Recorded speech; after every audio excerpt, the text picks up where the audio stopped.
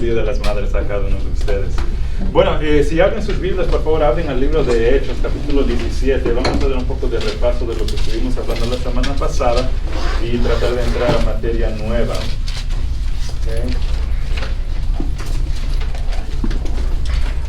Okay. Hechos capítulo 17. Estamos hablando acerca de las estrategias en el evangelismo, y una de las cosas que toqué la semana pasada fue esta idea, ¿verdad? Que nosotros debemos tratar de establecer un entendimiento espiritual de nuestra audiencia. Y con esto lo que quiero decir es lo siguiente, que es importante para nosotros conocer a quién estamos hablando, ¿verdad? Y tratar de estimar qué entendimiento de Dios puedan tener o no puedan tener, y de esa manera, con ese conocimiento, poder mejor o efectivamente evangelizarles, ¿ok? Y lo que estamos haciendo es, estamos profundizando un contraste de cómo Pablo predicó cuando estaba en Atenas y de cómo Pablo predicó cuando estaba frente al rey Agripa, ¿ok? Entonces vamos a ver un poquito acerca de lo que hablamos la semana pasada. En Hechos 17 dijimos, ¿verdad?, que aquí Pablo está en Atenas y está esperando unos hermanos que lleguen ahí. Y él está esperando, y mientras él está ahí, vemos unas descripciones que la Biblia nos da de esta ciudad de en aquel entonces. Y podemos ver algunos detalles aquí. Por ejemplo, el versículo 16 dice: mientras Pablo los esperaba en Atenas, su espíritu se enardecía viendo la ciudad entregada a la idolatría. Entonces, la ciudad, una pequeña descripción de Atenas es, número uno, que era una ciudad entregada a la idolatría. Ahora, una ciudad es entregada a algo porque sus ciudadanos son entregados a aquello. Entonces podemos entender que eran gente entregada a lo que era la idolatría, y por eso la ciudad se caracterizaba de esa manera. Versículo 21 nos decía, ¿verdad?, que los moradores pasaban el tiempo, ¿verdad?, diciendo o escuchando alguna cosa nueva. En versículo 22 nos enseña que eran gente muy religiosas. Y este punto siguiente es que era una ciudad que no conocían al Dios verdadero, porque en versículo 18 dice lo siguiente: y algunos filósofos de los epicúreos y de los estoicos disputaban con él, y unos decían: ¿qué querrá decir este palabrero? Y otros, parece que es predicador, miren cómo dicen, de nuevos dioses. ¿Okay? Vemos así que esta gente en Atenas eran personas que al escuchar lo que Pablo hablaba y predicaba y decía, que para ellos era como un nuevo Dios que les estaba predicando. Pues ahí es claro, ¿verdad?, que ellos no conocían a este Dios a quien Pablo predicaba. Entonces Jesús era para ellos un Dios extranjero. En versículo 23 nos enseña, ¿verdad?, que ellos tenían varios santuarios o altares, si lo quieren pensar de esa manera, a muchos dioses. Incluso tenían, de todos los altares que tenían, Pablo encontró un santuario adicional que asignaban, ¿verdad?, de por si acaso que había un Dios que ellos no conocían, no querían excluirle a él. Entonces, mire, este va a ser el santuario y el altar para aquel Dios, al Dios no conocido. ¿Okay? Así que al ver esto, ¿verdad?, observar todo eso, Pablo pudo entender cuál era el entendimiento que tenían las personas de Atenas de Dios, y desde ese punto él pudo comenzar a predicarles.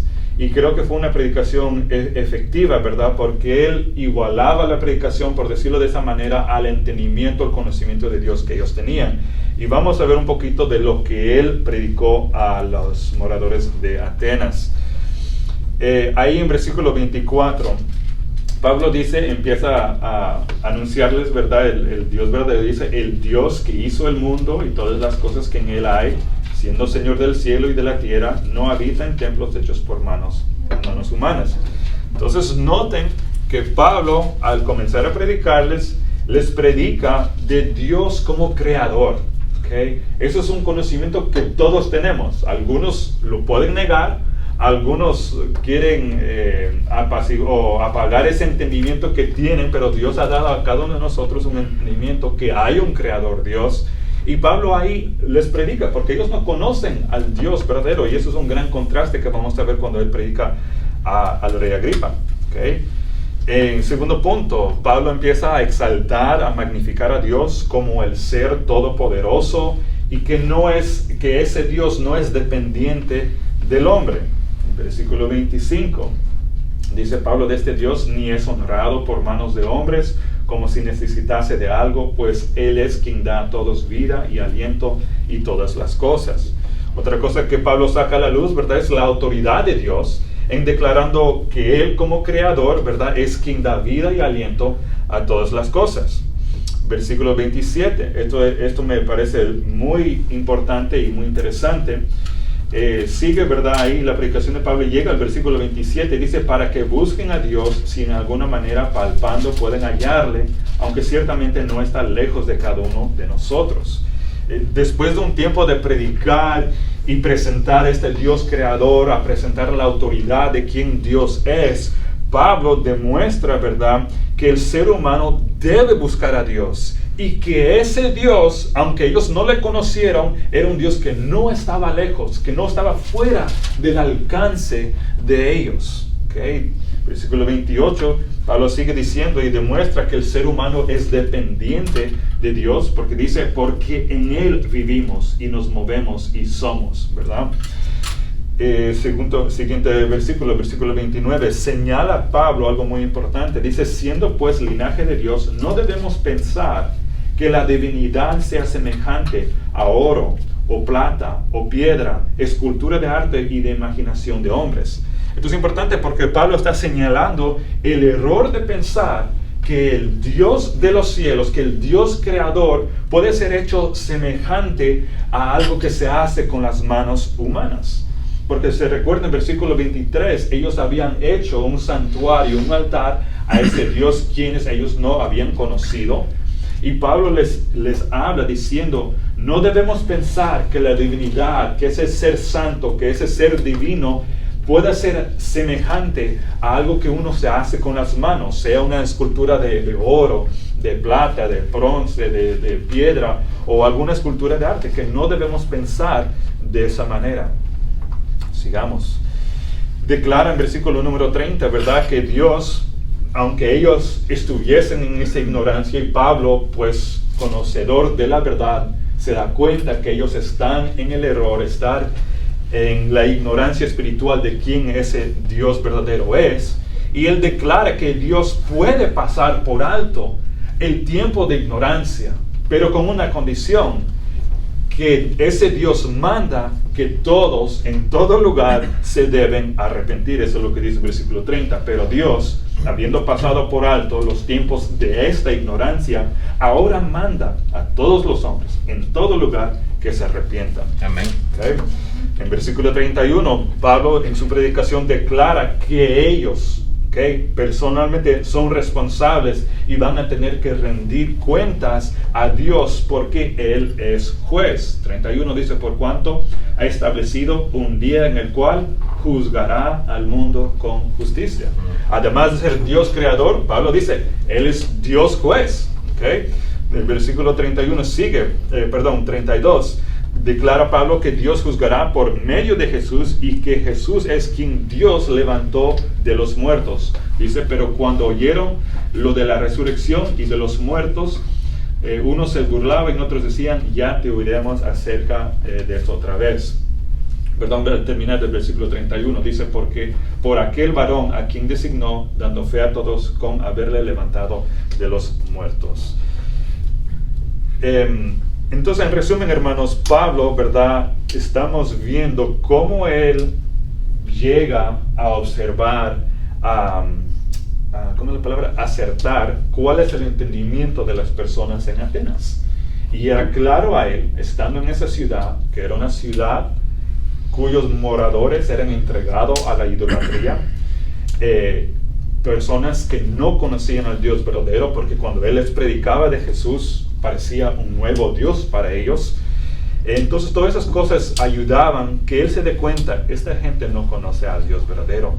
Y cuando él predica, vemos la manera en que él les predica. Les predica de un Dios creador, de un Dios quien es juez, de un Dios que juzgará a cada hombre, a un Dios que es misericordioso y puede pasar por alto los tiempos de ignorancia, pero demanda que se arrepientan para que esa ignorancia pueda ser perdonado.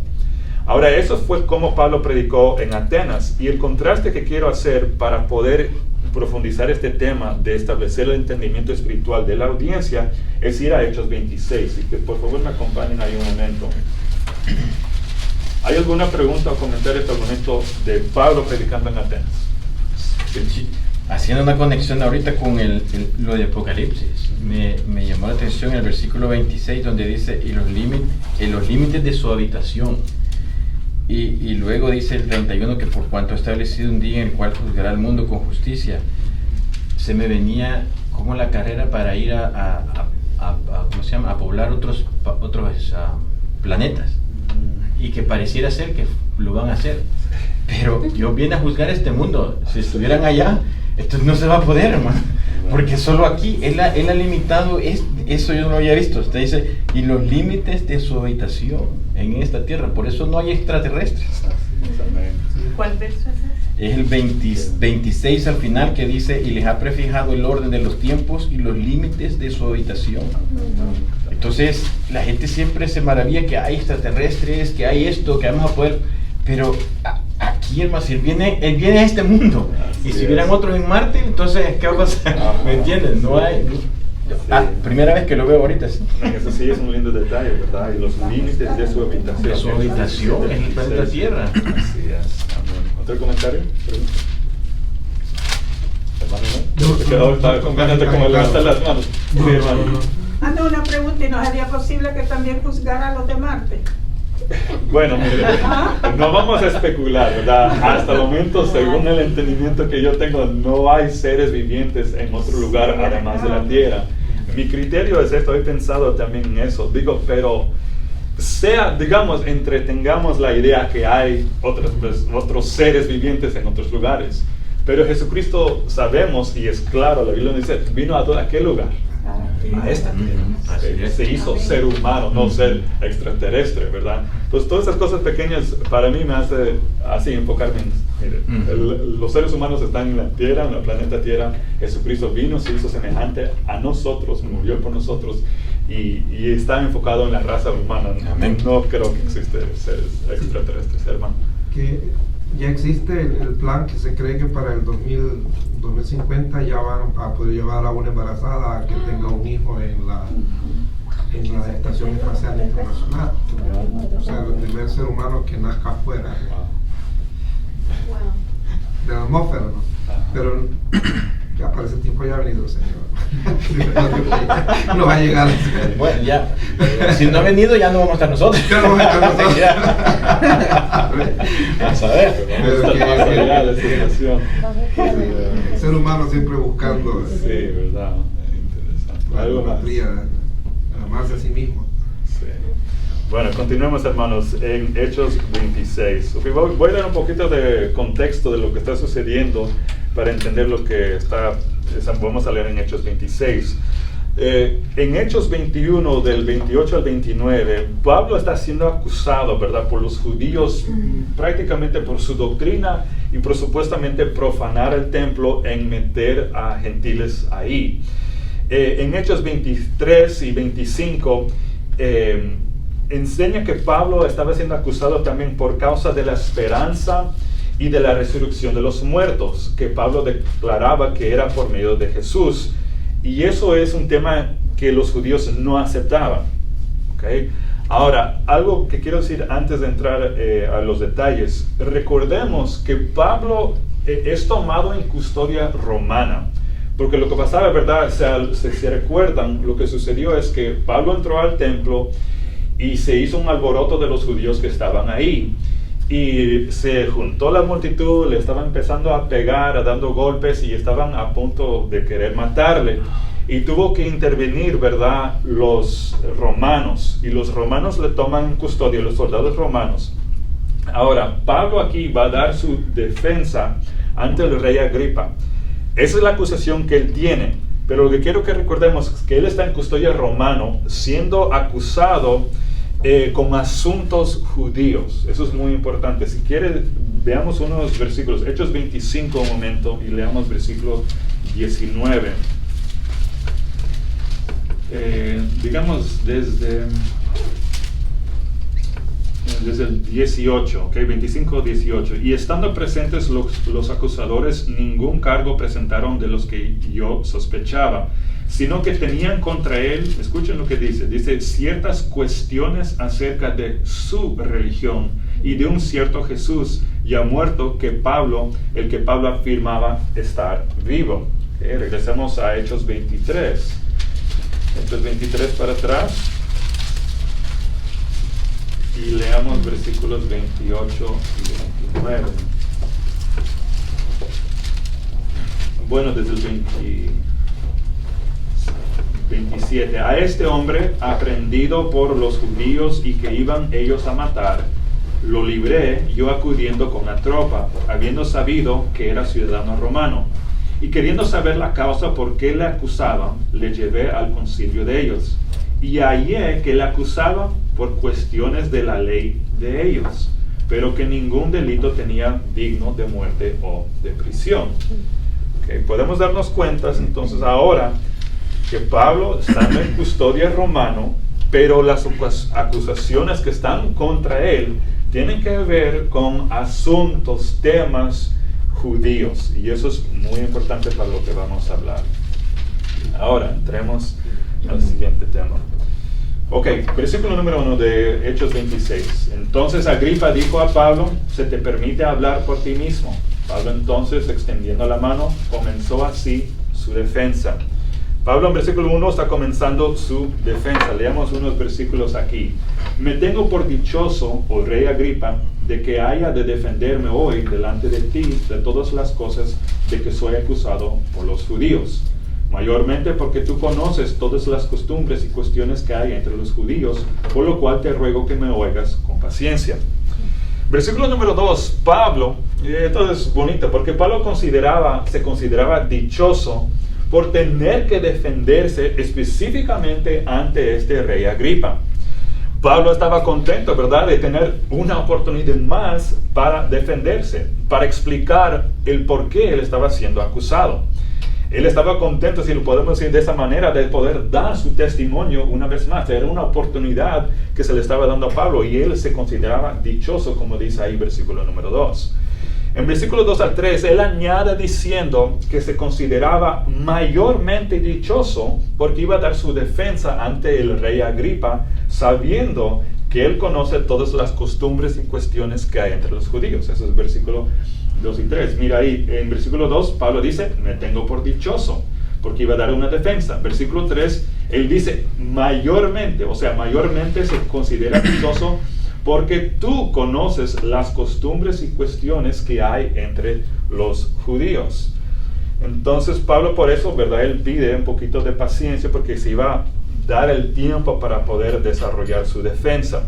Era una oportunidad especial donde Pablo iba a poder ser específico y entrar en detalles con su defensa, la cual quizás no tendría si fuese un rey gentil, por ejemplo.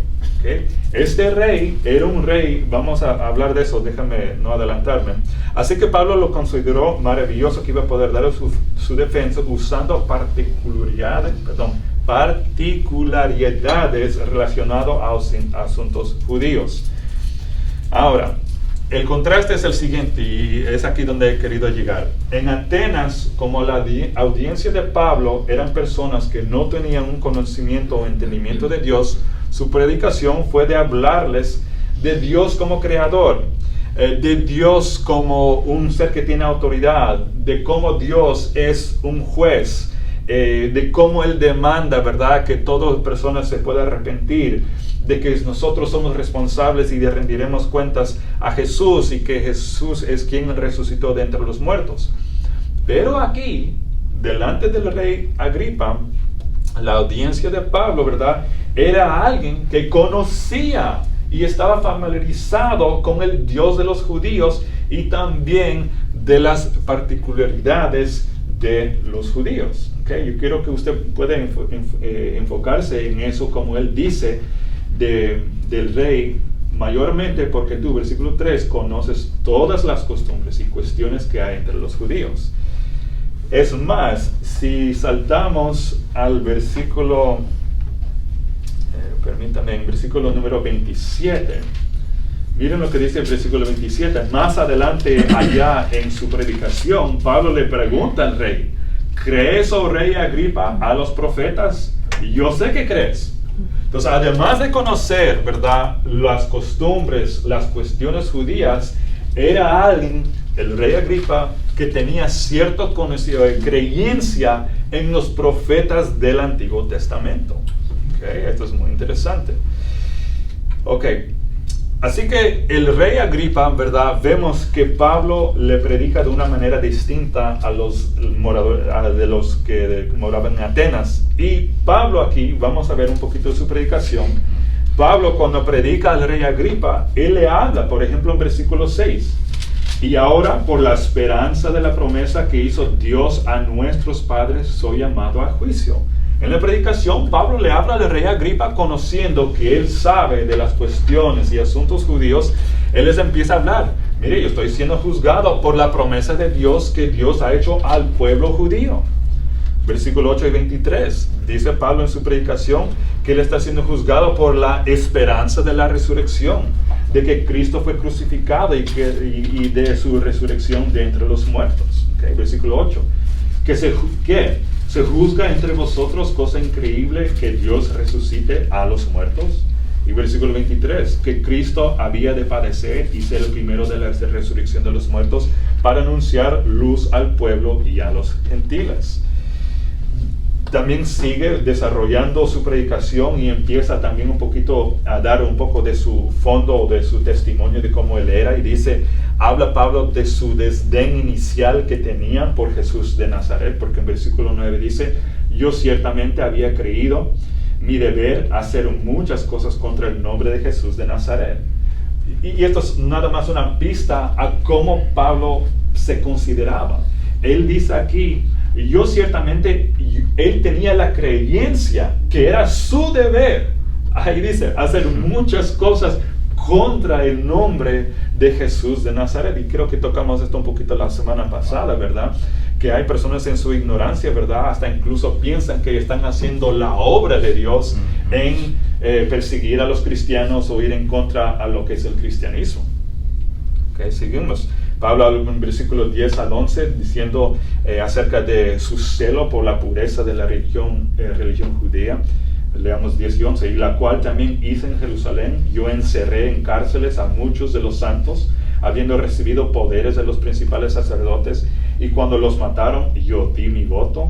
Y muchas veces, castigándoles en todas las sinagogas, los forcé a blasfemar. Y enfurecido sobremanera contra ellos, los perseguí hasta las ciudades extranjeras. Y eso fue el punto del testimonio de Pablo cuando se convirtió. Él estaba en camino a Damasco con cartas de autoridad para traer gente de este camino, refiriéndose a cristianos, para castigarles, meterles a prisiones y a matarles. Y Pablo dice que él estaba hasta enfurecido de sobremanera contra ellos, ¿verdad? Y se iba hasta ciudades extranjeras a buscarles. Entonces esto habla del celo que Pablo tenía por la pureza del judaísmo. ¿Okay? Y recuerden que Pablo fue instruido de esa manera, estrictamente conforme a la ley, debajo de los pies de Gamaliel. Eso es lo que aprendimos hace unos domingos atrás.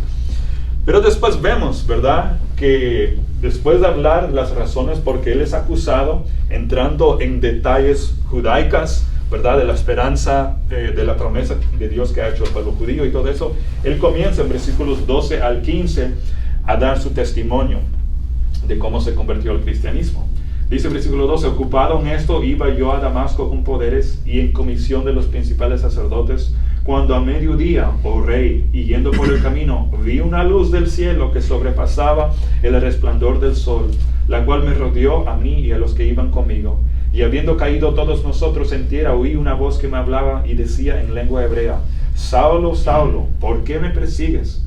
Dura cosa te es dar cosas contra el aguijón. Yo entonces dije, ¿quién eres, Señor? Y el Señor dijo, yo soy Jesús, a quien tú persigues. Y bueno, sigue el testimonio de qué sucedió en este momento de su conversión, pero Pablo da su testimonio. Entonces el punto que quiero hacer con terminar este punto, hermanos, es que veamos entonces que si nosotros, cuando estamos evangelizando o pensando en evangelizar, que si nosotros pudiéramos conocer a quién es que estamos hablando y si es que podemos establecer cuál es el entendimiento de esta persona o de este grupo de personas que tienen de Dios o que tal vez no tienen de Dios, eso quizás nos va a ayudar a nosotros poder efectivamente evangelizarles. Porque vimos cómo Pablo, y tengo cuidado, no quiero decir que Pablo adaptó su predicación, porque él nunca cedió los valores del evangelismo para echarle agua o hacerle menos poderoso el evangelio. Él no hizo eso. Quiero tener cuidado y no me malentienden eso, pero Pablo predicaba al entendimiento que las personas tenían, y en Atenas no tenía un entendimiento claro del Dios verdadero, pero con el rey Agripa, él sí era conocedor del judaísmo, creía en los profetas. Entonces por eso Pablo pudo profundizar en esos temas, en esos detalles, en su predicación a él. Y bueno, es lindo la historia como el rey dice que casi, ¿verdad? En versículo 28, entonces Agripa dijo a Pablo, después de su predicación, por poco me persuades a ser cristiano. Entonces imagínense, y obviamente es Dios, dije esto la semana pasada, es Dios quien ilumina a una persona, ¿verdad? Pero la mente de nosotros debe ser, es que lo que nosotros estamos compartiendo con la gente debemos tratar de hacerlo, que ellos lo puedan entender, y hice unos comentarios de eso la semana pasada. Pero ese es el contraste que quise compartir. Hay una pregunta antes de continuar al siguiente punto. Hermana Edith. Es que es bien interesante cómo Pablo sabía lo que ellos creían. Por medio de eso él pudo entrarles con el evangelio. Así como nosotros a veces no sabemos ni con qué persona, qué religión los vamos a tocar. Yo, por ejemplo, no conozco de muchas religiones. Y cuesta, no es fácil. Pero bien interesante esto de cómo él sabía de esto, de ellos, la creencia de ellos. Sí. Y eso que el historial que tenemos en ciertas circunstancias nos puede ayudar muchísimo, ¿verdad? Por ejemplo, una persona que ha sido profundamente católico o lo que sea y se convierte, cuando se topa con una persona católica, puede hablarles, así como Pablo habló al nivel del entendimiento del rey Agripa en cuanto al judaísmo. Si usted viene de un fondo católico, cuando se topa con una persona católica que también tiene entendimiento, no tengan pena, ¿verdad?, en hablar al nivel del entendimiento de ellos y hablar en detalles de eso, ¿verdad?, con la idea de tratar de evangelizarles de una manera efectiva. Sí, hermano Eduardo. No, el versículo 28 dice, por poco me persuades a ser cristiano. No dice, por poco me persuades a ser católico. Que la gente dice, no, que esto significa ser católico. No, a ser cristiano. Sí. Y sabes, solo un detalle ahí, ese es el punto, que los judíos en aquel entonces pensaban que el cristianismo era una secta diferente, que no hablaba del Dios de la Biblia o del Antiguo Testamento para ellos, pero la verdad era un cumplimiento de las profecías que estaban ahí, y Pablo se esforzaba para ayudar a la gente a entender eso, que no era una secta. Incluso él pensaba que era una secta, ¿verdad? A la gente de este camino era como un desdén que tenían para esas personas, porque ellos decían, hey, la religión judía, esta es la religión verdadera. Pues obviamente ellos habían recibido la palabra de Dios, tenían los profetas de Dios, los mensajeros de Dios, la comisión de Dios de ser luz a los gentiles, y gracias a Dios, pero fallaron, ¿verdad?, en su deber. Pero cuando vino Jesús era un cumplimiento de lo que estaba escrito en la palabra de Dios dada a los judíos. ¿Algo más? Sí, hermano, algo que a mí me llama mucho la atención es pregunta. Yeah. ¿Qué es lo que pensamos acá? O si alguien tiene una opinión. Alguien decía de que el evangelio se debería de poner dependiendo del nivel de educación de la persona. Y yo no estaba en acuerdo.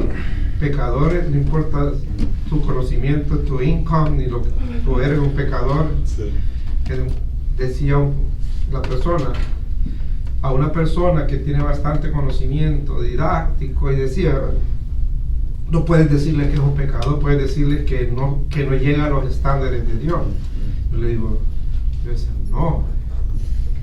Puedes cambiar tal vez la estrategia de cómo le presentas el evangelio, pero la verdad, el evangelio es la misma para todos.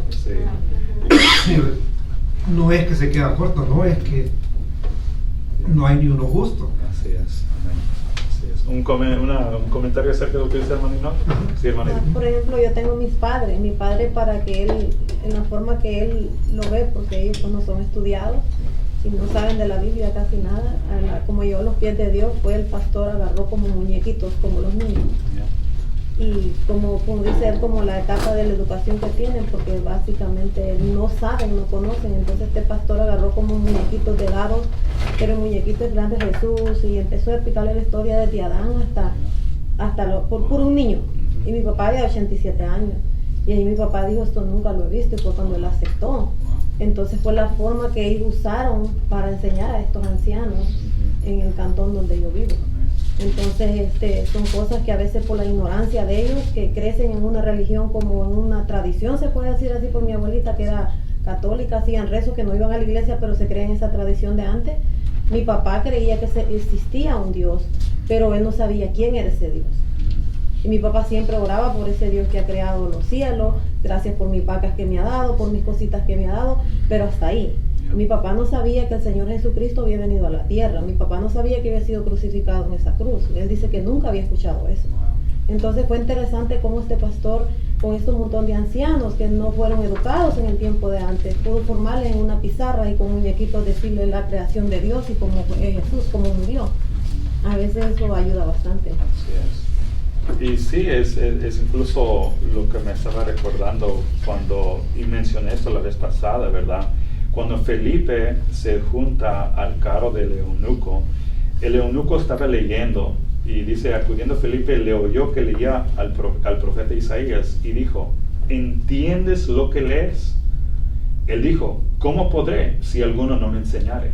Entonces a veces lo que personas necesitan es que alguien les enseñe, ¿verdad? Tienen un conocimiento general, como dice la hermana de su papá, ¿verdad? Y sabían que Dios es creador, Dios provee todas esas cosas. Y hay personas que tienen ese entendimiento, y hay cierta verdad que Dios ha puesto en el conocimiento de todos, que sí hay un Dios, que es un Dios creador, pero si es que no entienden más allá, pues uno tiene que enseñarles, ¿verdad? Había una mano, creo, para 15 hermanos. Sí, no, pero hermano, aquí ¿cómo se llama? La revelación del Evangelio viene a través de Jesús, porque alguien puede ser el más estudiado, hay gente que lee la Biblia exageradamente, quizás la conoce más que nosotros, pero si Jesús no le revela nada, o sea, eso no hay nada.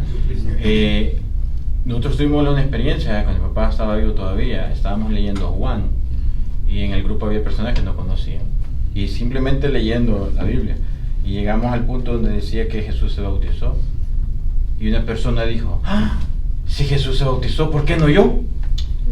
¿Me entienden? Entonces al final el que revela la escritura es Dios. Nosotros podemos presentar la mejor manera, lo acabamos de ver Pablo presentó una forma muy linda el Evangelio a este grupo y al final le dijeron, se burlaron de él y no le creyeron. O sea, Agripa le dice, casi me convences. Yo puedo tratar lo mejor de lo mejor. Lo que yo he entendido y cuando lo hago con el pastor dice, hay que estar lleno del Espíritu Santo. Porque yo puedo presentar de una manera humana el Evangelio, pero si lo estoy presentando solo porque, que aquí dice esto, como aquí lees, no. Cuando vamos a presentar el Evangelio, oremos, hermanos. Oremos, decirle, mire, si usted solo va a leer un versículo, que digas, mire, léalo aquí. Y hay que el Señor haga la obra, ¿verdad? Y sí, como estas estrategias, aprovechemos todas estas cosas, porque sí nos sirven cuando vayamos, pero al final el resultado es de Dios. Y sí, quiero enfatizar en eso, estoy 100% de acuerdo, la verdad. Creo que humanamente, ¿verdad? Uno debe esforzar, como he dicho, ¿verdad? De presentar lo mejor que puede el Evangelio, porque uno mismo va a rendir cuentas por la obra que hace por Dios. Amén. Pero siempre recordando que dejaré el resultado al Señor, como dice la canción, ¿verdad? Y a fin de cuentas es Dios quien nos revela, incluso dice del Espíritu Santo, ¿verdad? Que Él es quien nos guía a toda la verdad. Amén. Entonces 100% de acuerdo con eso, hermano. Sí, yo quería compartir algo, ¿no? Con los hermanos. Yo pienso que Dios usa todas las cosas, ¿no?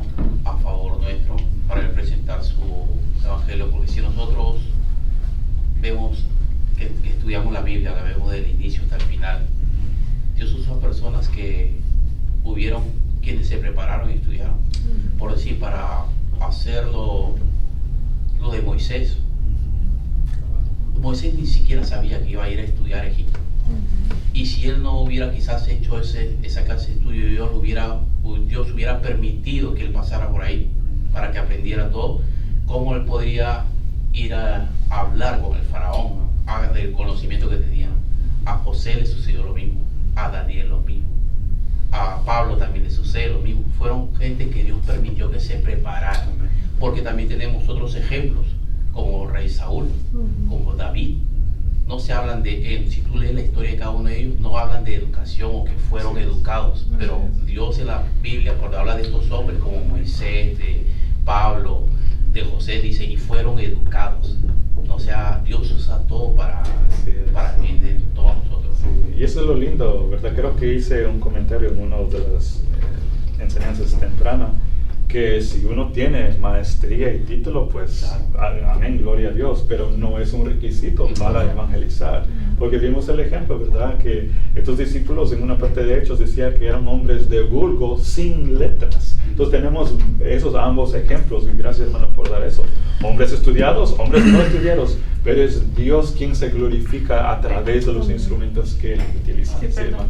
A ver.